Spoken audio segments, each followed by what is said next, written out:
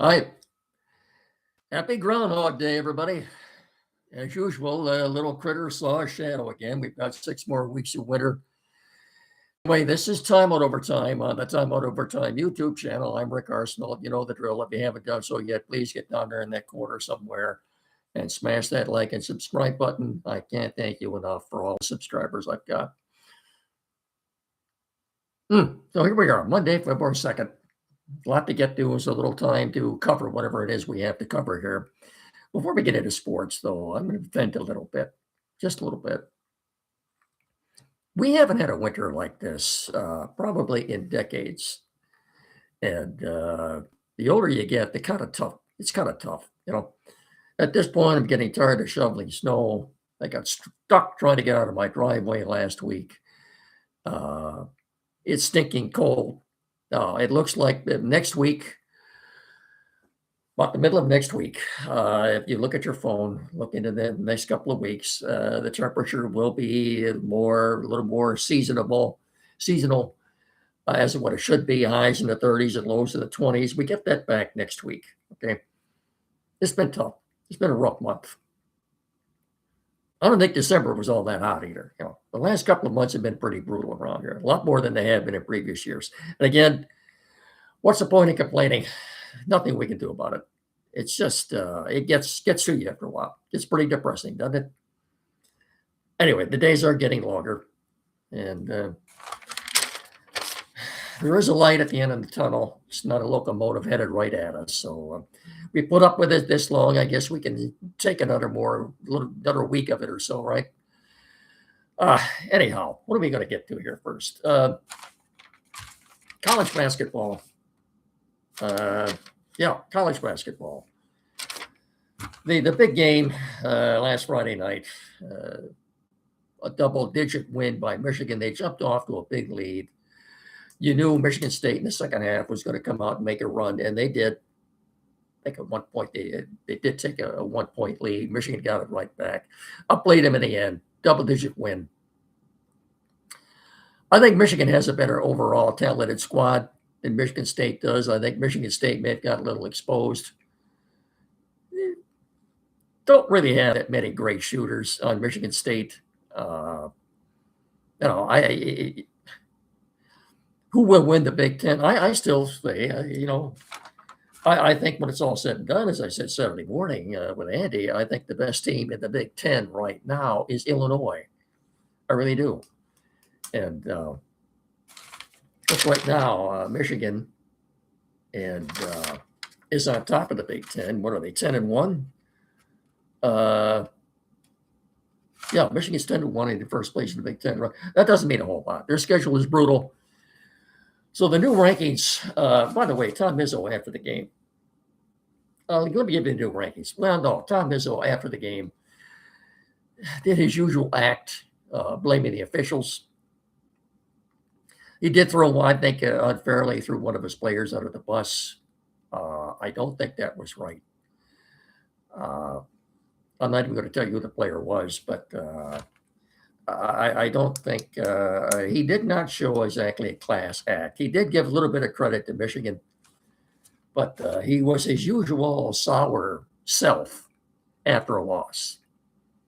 Pope Tom Izzo the first was his usual self after a loss, okay? They've got 3 losses now. They dropped down to number 10 in the rankings. Michigan moved up to number 2. I thought Michigan played well. If you saw what Dusty May did when he came out, when the Izzone was yelling obscenities at him, I thought that was kind of a funny moment, but would not have been as funny if Michigan had lost, but they won. So now I guess you can laugh about it if you're a Michigan fan. But no, Izzo, in his usual, he cried. He cried after the game. And I think it's about time. Where am I going with this? I think it's about time for Tom Izzo to step down, get out of this. He won 1 championship. That was a decade ago. That was 25 years ago. A lot has happened between now and then, and I just think it's time for Michigan State to find themselves a new. They'll never fire the man, of course. I just think it's about time for them to bring in some new blood there. I really do. Schedule is brutal the rest of the way for both of these teams. State will play. By the way, Michigan is tied on top of the Big Ten right now with Illinois. They're both 10-1.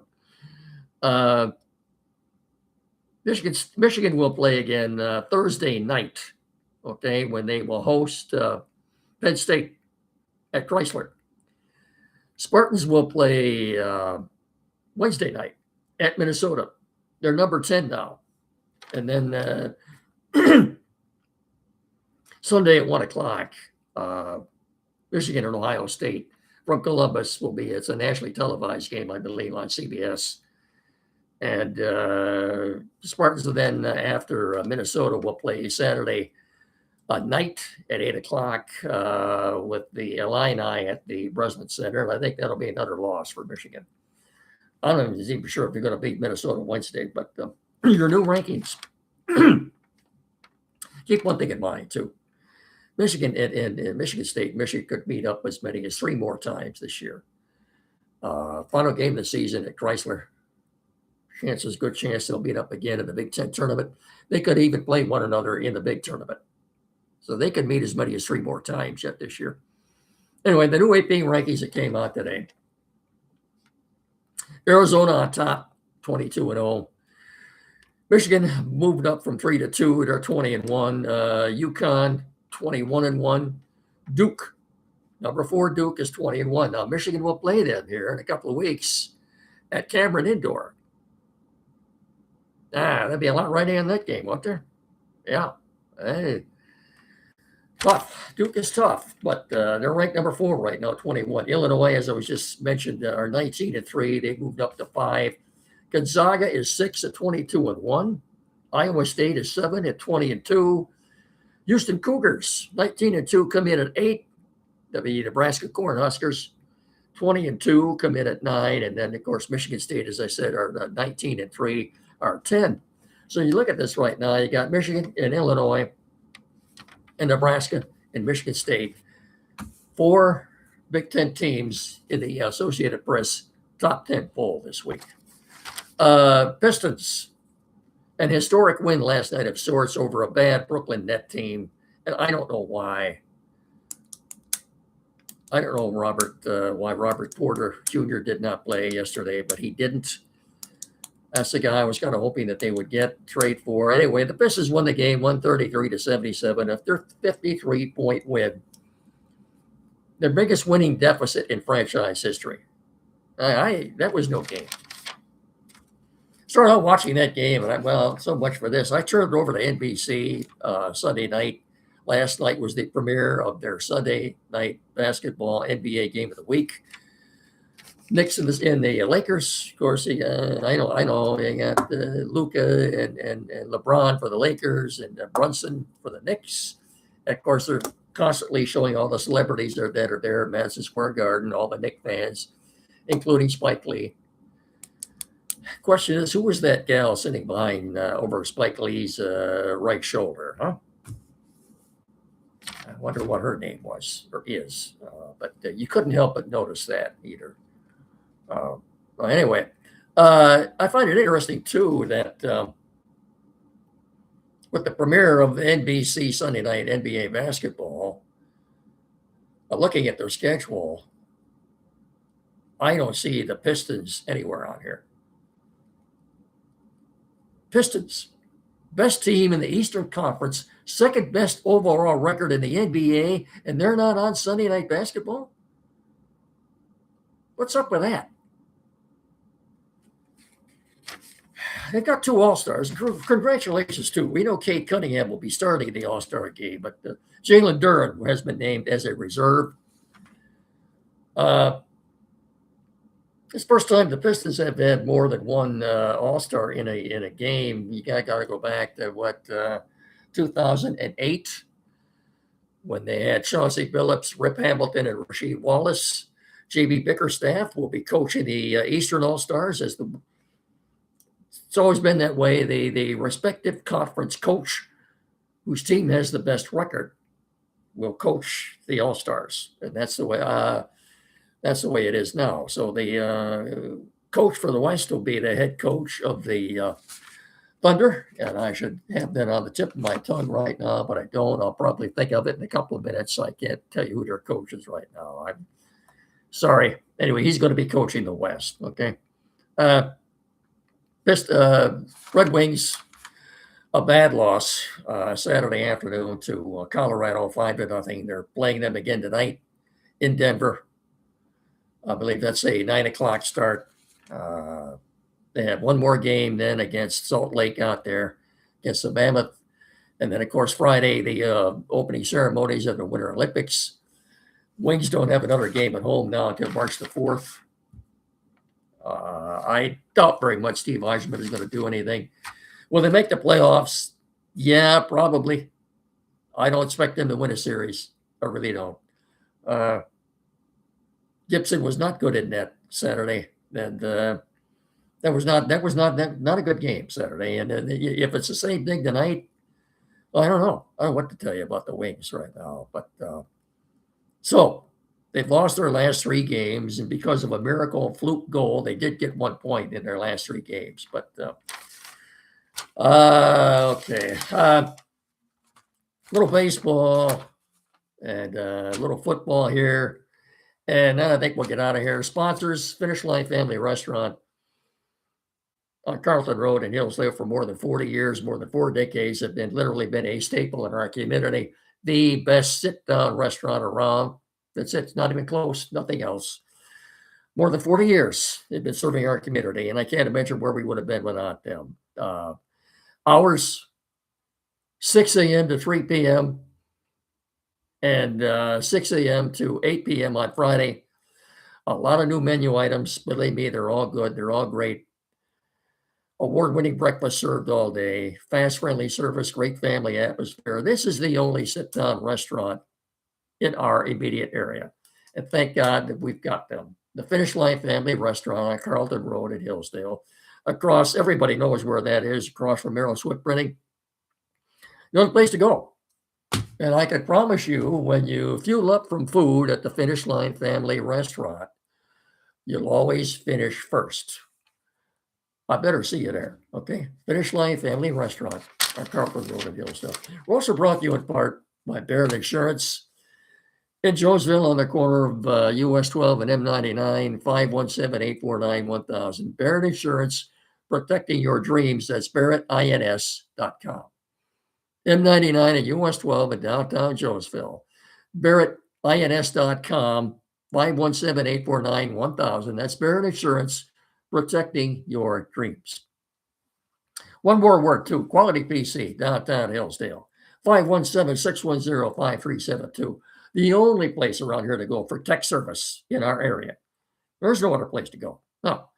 37 Walden Street, downtown Hillsdale, across street from Fat Jack's Automotive. Like I said, the only place to go for tech services. Doesn't matter what it is. Computers, new or used.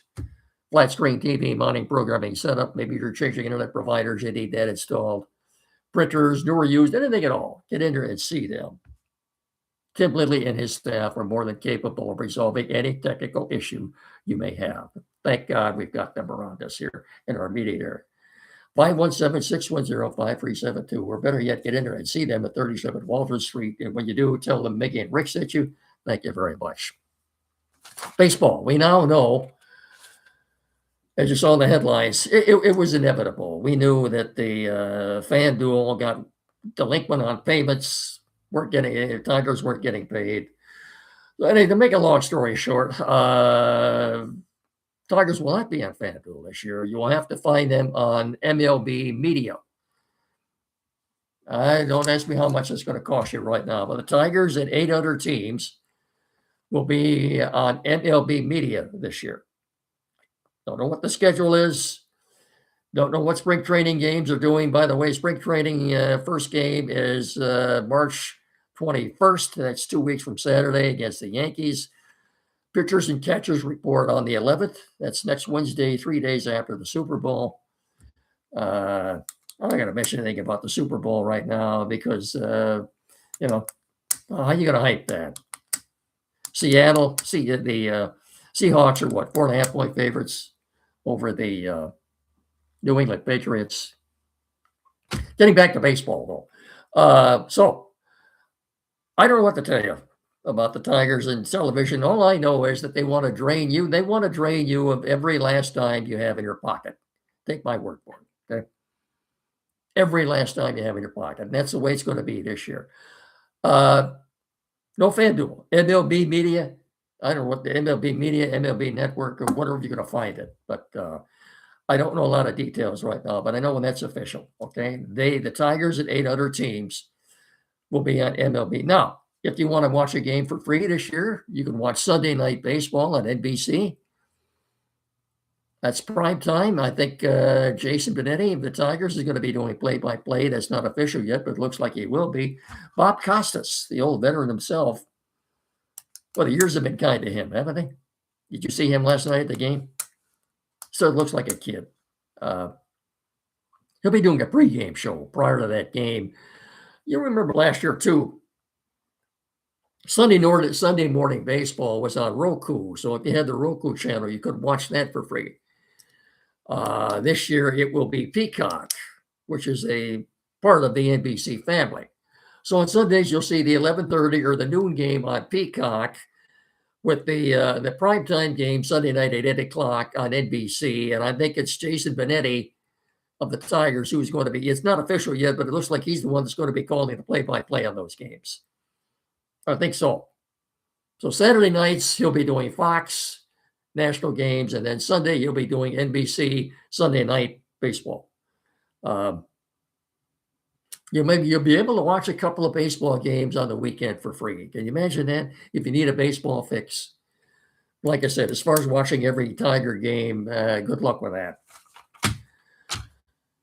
Even though MLB TV is taking that over, you're still going to have games on Amazon Prime or Peacock or wherever you're going to find it. But bottom line is they want your money. And I'm surprised FanDuel is even going to finish out the season with the Red Wings and the Pistons. Anyhow, not a whole lot about the Lions right now. Brad Holmes was scouting talent at the Senior Bowl a couple of weeks ago. Kind of a quiet time for them right now. The Combine will be the last weekend this month in Indianapolis. It will overlap into the first couple of days of March. Talk more about that the closer we get to it. But I'm going to leave you with one last thing here. The Big Ten football schedule for this year has come out. And along with that, of course, the Wolverines schedule. Okay. But we'd look at that for just a second. University of Michigan football team, 8-game home slate at the Big House. And they're going to be opening up against Western Michigan on September the 5th. September the 5th. I had to look at a calendar. I don't know if that's Labor Day weekend or not. I'm assuming it is. That would mean September the 7th then is Labor Day. I'm thinking it comes late this year. Anyway, home games, September the 5th, Western Michigan. The following week, Oklahoma at the Big House. September the 12th, September the 19th, University of Texas at El Paso. That's a home game at the Big House. And then they start the Big Ten schedule. September the 26th against Iowa at the Big House. Now, October 3rd, believe it or not, they have a game on the road at Minnesota. October 10th, they have a bye. October 17th, they're home again for Penn State. October 24th, Indiana, national champions, Indiana at home at the Big House on October the 24th. Halloween, October 31st, they're at Rutgers. So let's look at this. 1, 2, 3, 4, 5, 6. We're going to count the bye week. 7, 8. So when they play Rutgers in New Jersey on October 31st, Halloween, that will be their second road game of the year. Yeah, second road game of the year, October 31st. Michigan State at home on November the 7th. At Oregon, November the 14th. I don't have times. We don't have any times for these games yet. As you know, they go from week to week. I don't really, that's all controlled by TV, of course. November the 7th, Michigan State at home. November the 14th at Oregon. November the 21st, UCLA at home. And of course, then they finish up November the 28th, 2 days after Thanksgiving, in Columbus against Ohio State. Of course, key matchups include the home opener against the Oklahoma Sooners, a difficult road game against the Oregon Ducks, with the season concluding, as I said, at Columbus on November the 28th. Okay. Michigan basketball schedule for 2026. That's going to do it. I've talked enough here for a Monday. I'll talk to you all again on Wednesday. Don't forget the Timeout Show, Saturday mornings here locally on WCSR 92.1 FM with Andy and Jet. So until Wednesday, then, I'll simply bid you all a very pleasant good evening. Thanks so much for watching and listening. Remember to please treat each other with respect. I can't thank you enough for watching and listening. So until Wednesday, so long, everybody. Take care. Bye-bye. Thanks.